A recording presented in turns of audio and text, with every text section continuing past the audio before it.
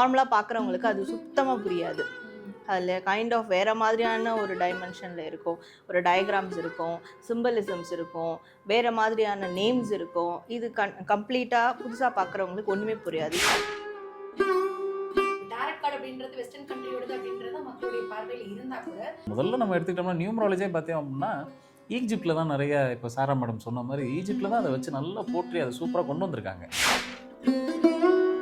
ஏகப்பட்ட எலமெண்ட்ஸ் இருக்கும் உள்ள. அந்த எலமெண்ட்ஸ் எல்லாம் எப்படி, இது எங்கேருந்து உருவாக்குனாங்க, என்ன ஏதுங்கிறதுக்கு எல்லாத்துக்கும் எவிடன்ஸ் ஏற்கனவே இங்கே சௌந்தரியலகரியில் இருக்குது. நமக்கு அதில் நிறைய நாட்டம் இருக்குது, ஆர்வம் இருக்குன்னா சௌந்தரியலகரி வாங்கி படித்து பார்க்கணும்.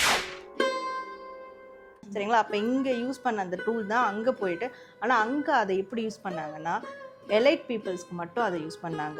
எஜிப்சியன் கண்ட்ரியில் எஜிப்சியன் எலைட் பீப்புள்ஸ்க்கு மட்டும், ராஜா வம்சவழியில் வந்தவங்க.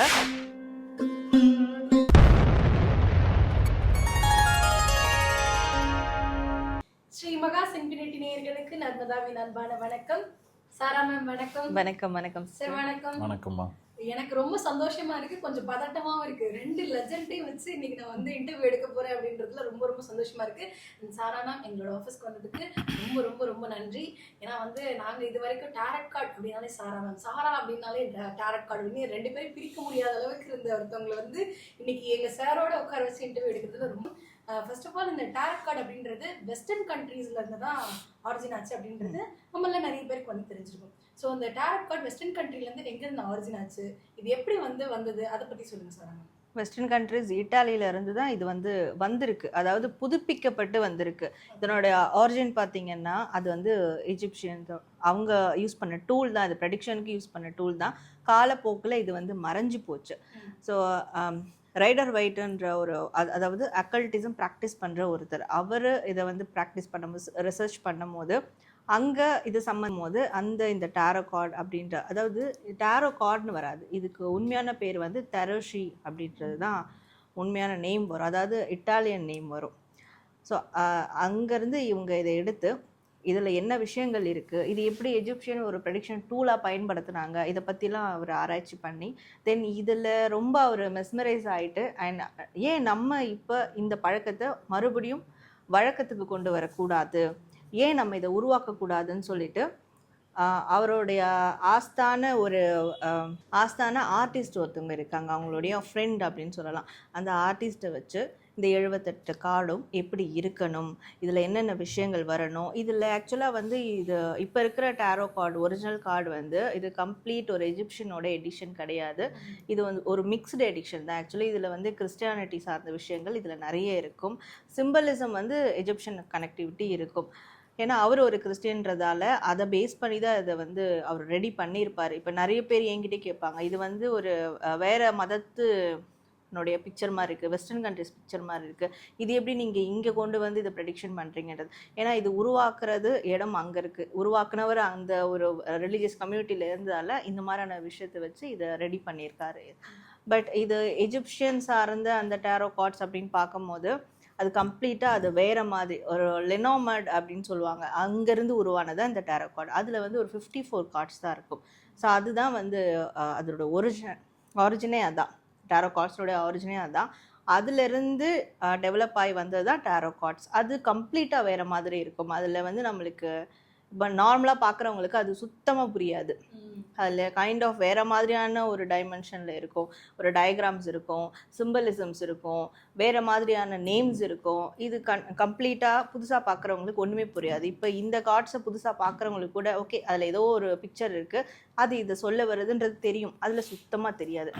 எளிமையாக இருக்கணும், கற்றுக்கணும், எல்லாரும் கற்றுக்கணும், இதை வந்து எல்லாரும் யூஸ் பண்ணணும் அப்படின்றதுக்காக அவர் இந்த விஷயத்த கொண்டு வந்திருக்காரு. அதாவது அதுதான் புதுப்பிக்குது, அந்த ஒரு விஷயம் தான் புதுப்பிச்சிருக்காரு. ஓகே. ஸோ வந்து டேரட் கார்டு அப்படின்ற ஒரு வார்த்தையை சொன்னாலே வந்துட்டு அதில் இருக்கிற எல்லா விஷயங்களையும் சொல்கிற அளவுக்கு நீங்கள் வந்து இங்கேருந்து மட்டும் இல்லை, நீங்கள் வெளிநாடுகளுக்கும் போய் அந்த டேரட் கார்டு பற்றி நிறைய விஷயங்களை படித்து தெரிஞ்சுட்டு வந்திருக்கீங்க. தொடர்ந்து நிறைய விஷயங்கள் நான் உங்ககிட்ட கேட்கணும். அதுக்கு முன்னாடி சார், இப்போ வந்து நீங்க எல்லா விஷயத்தையும் வந்து வேற ஒரு கோணத்துல அணுகக்கூடிய ஒரு நபர் சார். இப்போ டேரட் கார்டு அப்படின்றது வெஸ்டர்ன் கண்ட்ரியோடது அப்படின்றத மக்களுடைய பார்வையில இருந்தா கூட கண்டிப்பா உங்களுடைய பார்வையில இந்த டேரட் கார்டினுடைய வியூ அப்படின்றது வேற மாதிரி இருக்கும். ஸோ இந்த டேரட் கார்டுக்கும் நம்மளுடைய இந்தியாவுக்கும் ஏதாவது சம்பந்தங்கள் இருக்கா? அதுக்கு நம்மளுடைய நாட்டுல வந்து அந்த கார்டை பயன்படுத்துறதுக்கான ஏதாவது ஒரு ஆதாரங்கள் இருந்திருக்கா சார்? எப்பயுமே நம்ம நாடு எல்லாத்துக்கும் முன்னோடி தான். ஸ்பிரிச்சுவலுங்கிற வார்த்தை வந்துருச்சுன்னா இந்தியாவை தொடாமல் இல்லை இந்தியாவிலேருந்து ஒரு கலை பிறப்பிட்டு போகாமல் அது வெளிநாடுகளுக்கு போய் சேர்ந்துருக்காது, குறிப்பாக வெஸ்டர்ன் கண்ட்ரீஸ்க்கு. அப்போது எல்லாத்துக்கும் இங்கே ஒரு ரூட் வேர் இங்கே தான் இருக்கும். பிரான்ச் வேணால் வேறு வேறு இடங்களில் டெவலப் பண்ணியிருக்கலாம். இப்போ இன்றைக்கி நம்ம பயன்படுத்தக்கூடிய எண்கணிதம் நம்ம நாட்டில் சித்தர்கள் பயன்படுத்திய எண்கணிதம் தான். அந்த எண்ணுக்கு அதுக்கு ஒரு பவர் இருக்குது, அதுக்கு ஒரு வேல்யூ இருக்குங்கிறத முதல்ல கொண்டு வந்து கொடுத்தது. ஜீரோ கண்டுபிடிச்சது இந்த நாடு தானே, நம்ம தானே கண்டுபிடிச்சி கொடுத்தோம் உலகத்துக்கே. அப்போ இங்கே ரூட் இல்லாமல் இருக்காது. ஆனால் இப்போ வந்து அதை ஏன் வெஸ்டர்ன் கண்ட்ரீஸில் சில கலைகளை மட்டும் தேர்ந்தெடுத்து அதை நல்லா டெவலப் பண்ணியிருக்காங்கன்னா அவங்க நாட்டோட அது அவங்களோட கலாச்சாரத்தோடு அது ஒட்டி வந்திருக்கு. ஸோ அதில் முதல்ல நம்ம எடுத்துக்கிட்டோம்னா நியூமராலஜியே பார்த்தோம் அப்படின்னா ஈஜிப்டில் தான் நிறைய, இப்போ சாரா மேடம் சொன்ன மாதிரி ஈஜிப்டில் தான் அதை வச்சு நல்லா போற்றி அதை சூப்பராக கொண்டு வந்திருக்காங்க. அதுக்காக நிறைய கான்ட்ரிபியூஷன் கொடுத்துருக்காங்க. அடுத்தபடியாக பெரிய மாபெரும் கலை இந்த டேரட் கார்டுங்கிறது. இந்த டேரட் ரீடிங்கிறது ஸ்பிரிச்சுவல் எனர்ஜியோடு சேர்ந்து தான் நம்ம பார்க்க போகிறோம். இந்த கலையை நல்ல பெரிய லெவலில் அவங்க அதை கொண்டு வந்திருக்காங்க. நீங்கள் உலகம் முழுக்க குறிப்பாக வெஸ்டர்ன் கண்ட்ரீஸில் மற்ற ஜோதிட முறையை வர டேரட் கார்டை தான் அவங்க அதிகமாக பார்ப்பாங்க. அங்கே இருக்கிறவங்க அதை தான் விரும்புவாங்க. ஃபார்ச்சூன் டெல்லர்னு பேர் அங்கே இருக்கிறவங்களுக்கு. அவங்கள பார்த்தீங்கன்னா டேரட் கார்டு ரீடிங் தான் முக்கியமாக பார்ப்பாங்க. அதை பார்க்க தெரிஞ்சால் தான் அவங்க ஒரு ஜோதிடர், அவங்கள பொறுத்த மட்டும். அப்போ கண்டிப்பாக இங்கே ரூட் இருக்குது. இதுக்கு என்ன எவிடன்ஸ் சொல்லலாம் அப்படின்னா, நம்ம ஆதிசங்கரர் கொடுத்த சௌந்தரிய லஹரி, அதில் 2 இதுக்கும் வந்து நோட்ஸ் இருக்குது. எண்கணிதத்துக்கும் நியூமராலஜிக்கும் அதில் நோட்ஸ் இருக்குது. டீகோட் பண்ணி பார்த்தா இருக்கும். அதே மாதிரி நிறைய அதில் பிக்டோரியல் ரெப்ரசன்டேஷன் நிறையா இருக்கும். ஏகப்பட்ட எலமெண்ட்ஸ் இருக்கும் உள்ள. அந்த எலமெண்ட்ஸ் எல்லாம் எப்படி இது எங்கேருந்து உருவாக்குனாங்க என்ன ஏதுங்கிறதுக்கு எல்லாத்துக்கும் எவிடன்ஸ் ஏற்கனவே இங்கே சௌந்தரிய லஹரியில் இருக்குது. நமக்கு அதில் நிறைய நாட்டம் இருக்குது, ஆர்வம் இருக்குன்னா சௌந்தரிய லஹரி வாங்கி படித்து பார்க்கணும். படித்து பார்த்தா நிச்சயமாக இதுக்கான ரூட்ஸ் இங்கேருந்து தான் கிளம்பியிருக்கு. அதில் படித்து பார்க்கும்போது நல்லாவே தெரியும். ஆதிசங்கரர் நமஸ்காரம் பண்ணிவிட்டு நீங்கள் டேரட் கார்டு படித்து பாருங்கள், உங்களுக்கு இன்னும் பர்ஃபெக்டாக அந்த படங்கள் வந்து நல்லாவே எடுத்து காட்டும். ஸோ இதுக்கு எவிடன்ஸ் தான். ஓகே சார், அதான் எந்த ஒரு விஷயத்தையும் நாங்கள் வந்து வேற மாதிரி அணுகுவோம் அப்படின்றதுக்கு இந்த ஒரு பதில் வந்து கண்டிப்பாக எல்லாருக்கும் ப்ரூஃபாக இருக்கும். மேம் இங்கே நம்ம ஓலைச்சுவடி இருக்கு இல்லையா, அதுதான் நம்ம ஆதியிலேருந்து நம்ம பார்த்துட்டு வர ஒரு ப்ரெடிக்ஷன் டூல். இந்த இப்போ உங்களுக்கு ஒரு கேள்வி இல்லை, எஜிப்சியன் சொல்கிறீங்க, தமிழர் சொல்கிறீங்க, என்ன கனெக்டிவிட்டி? இந்த 2 டேரோ கார்டு எப்படி இங்கே அங்கே ஒர்க் ஆகுது? எஜிப்சியனுக்கும் எகிப்தியர்களுக்கும் தமிழர்களுக்கும் அப்போ காலகட்டத்தில் நிறைய ஒற்றுமை இருந்திருக்கு. அவங்களுக்குள்ள நிறைய கம்யூனிகேஷன் இருந்திருக்கு, நிறைய கனெக்டிவிட்டி இருக்குது. இந்த குமரி கண்டம்லாம் நம்ம போனோன்னா இந்த 2 ரூட்டும் அங்கே கனெக்ட் ஆகும். சரிங்களா? அப்போ இங்கே யூஸ் பண்ண அந்த டூல் தான் அங்கே போயிட்டு, ஆனால் அங்கே அதை எப்படி யூஸ் பண்ணாங்கன்னா எலைட் பீப்புள்ஸ்க்கு மட்டும் அதை யூஸ் பண்ணாங்க. எஜிப்சியன் கண்ட்ரியில் எஜிப்சியன் எலைட் பீப்புள்ஸ்க்கு மட்டும், ராஜா வம்சாவளியில் வந்தவங்க, இவங்களை சுற்றி நடக்கிற விஷயத்துக்காக மட்டும் அதை வந்து யூஸ் பண்ணாங்க. தென் அந்த ஒரு எரா அழியும் போது இதுவும் கூடவே சேர்ந்து அழிஞ்சு போன ஒன்று.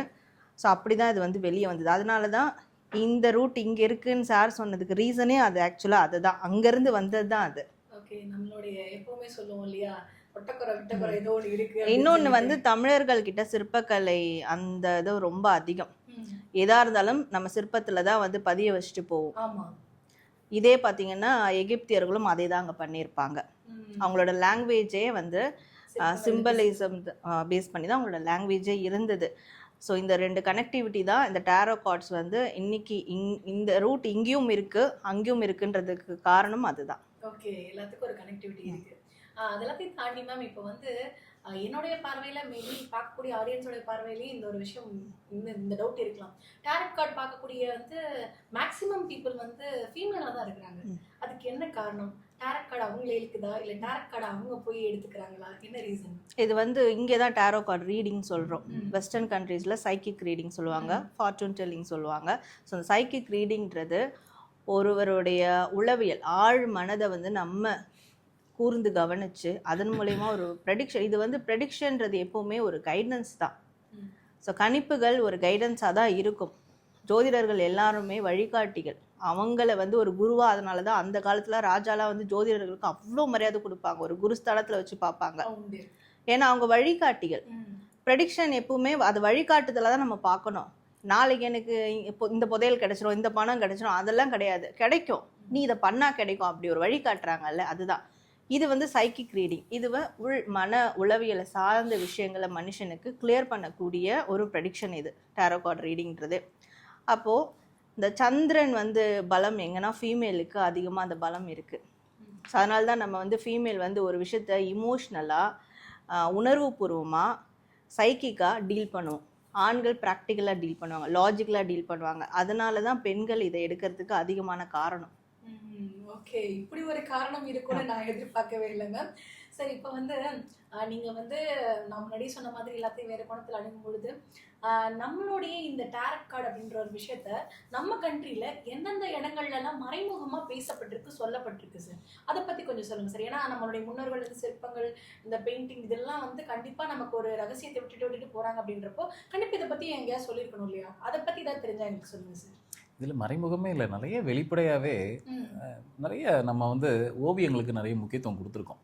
நம்ம இண்டஸ் வேலி சிவிலைசேஷனில் ஆரம்பித்து நிறைய இடங்களில் இந்த சிற்பக்கலைக்கு, ஓவியக்கலைக்கு நம்ம பெரிய முக்கியத்துவம் கொடுத்துருக்கோம். ஏன்னா மனிதன் மொழி கண்டுபிடிக்கிறதுக்கு முன்னாடியே இந்த மாதிரி இந்த எழுத்து வடிவம் இதுக்கெல்லாம் முன்னாடியே வரைபடத்து மூலமாக தான் ஒரு விஷயத்த இங்கேருந்து அங்கே கம்யூனிகேஷன் பண்ணியிருக்கான்.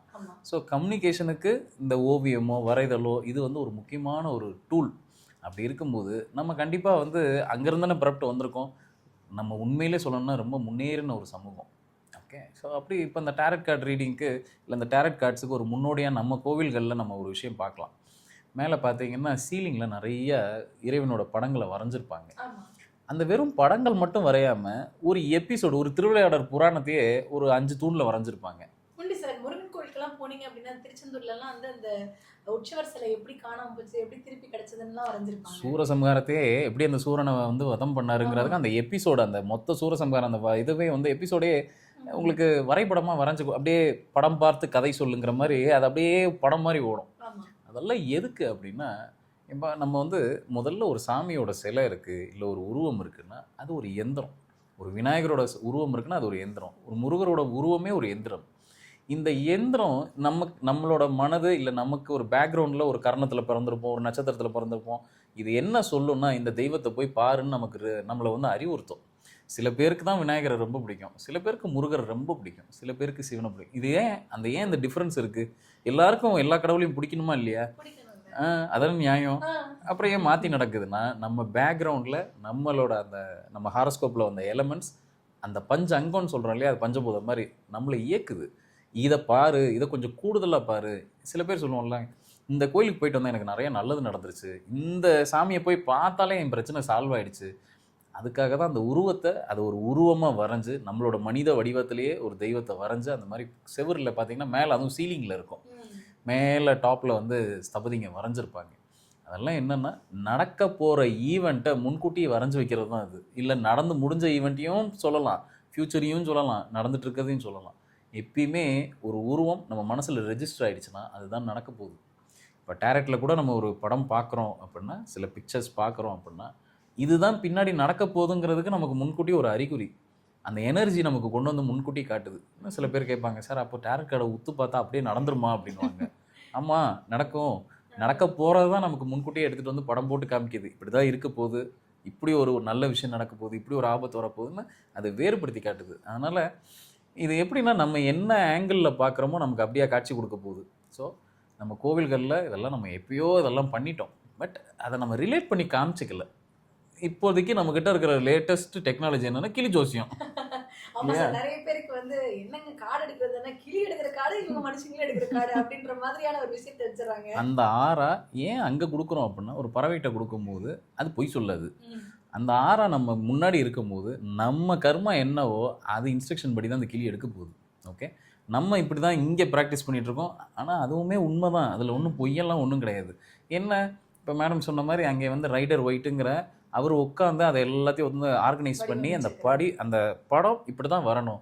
அவர் ஒரு தவமாக இருந்து அந்த படத்தை வடிவமைச்சிருக்கார். ஒரு 12 வருஷம் தவமாக இருந்து இப்படிலாம் வரணும். இப்போது அந்த 78 கார்டில் இந்தந்த படங்கள் தான் வரணும்னு இருக்குது இல்லையா? அதை வந்து தியான முறையில் உட்காந்து அவரோட பீனியல் கிளாண்ட் ஓப்பன் பண்ணதுக்கப்புறம் உட்காந்து ஒன்று ஒன்றா உட்காந்து வரைஞ்சிருக்காரு சர்ச்சில் உட்காந்து. இங்கே பார்த்தீங்க அப்படின்னா, நம்ம இப்போ ஒரு ஒரு கோவில் போகிறோம் இங்கெல்லாம் போகிறோம்னா சில பேர் பார்த்தீங்கன்னா அந்த கிளி இதெல்லாம் வச்சுருப்பாங்க. அவங்க அந்த படம் பார்த்தீங்கன்னா அவங்களா உட்காந்து டிசைன் பண்ணது. அதில் ஒரு பெருமாள் படம் வரும், ஒரு முருகரோட படம் வரும். அதை வச்சு அவங்க ஒரு கதை சொல்லுவாங்க, உங்களுக்கு இதெல்லாம் நடக்க போகுது, இப்படி இருக்க போகுது. இது எல்லாமே ஆறா சம்மந்தப்பட்ட விஷயம். ஸோ இது இப்படி தான் நம்ம நாட்டில் இதை வேற ஒரு வடிவத்தில் வச்சுருக்கோம். மேபி இப்போ கொஞ்சம் அவேர்னஸ் வந்ததுக்கப்புறம் இப்போ நிறைய பேர் இதை படிக்க ஆரம்பிச்சிருக்காங்க. முதல்ல இது என்ன, இந்த ஆர்ட் ஃபார்ம்ஸ் என்ன அப்படிங்கிறத நிறைய பேர் படிக்க ஆரம்பிச்சிருக்காங்க. இன்னும் அடுத்து வரக்கூடிய ஜென்ரேஷன்ஸில் நிச்சயமாக இங்கே நிறைய டேரட் ரீடர்ஸ் உருவாகிறதா இருக்காங்க. கண்டிப்பாக உருவாகும்.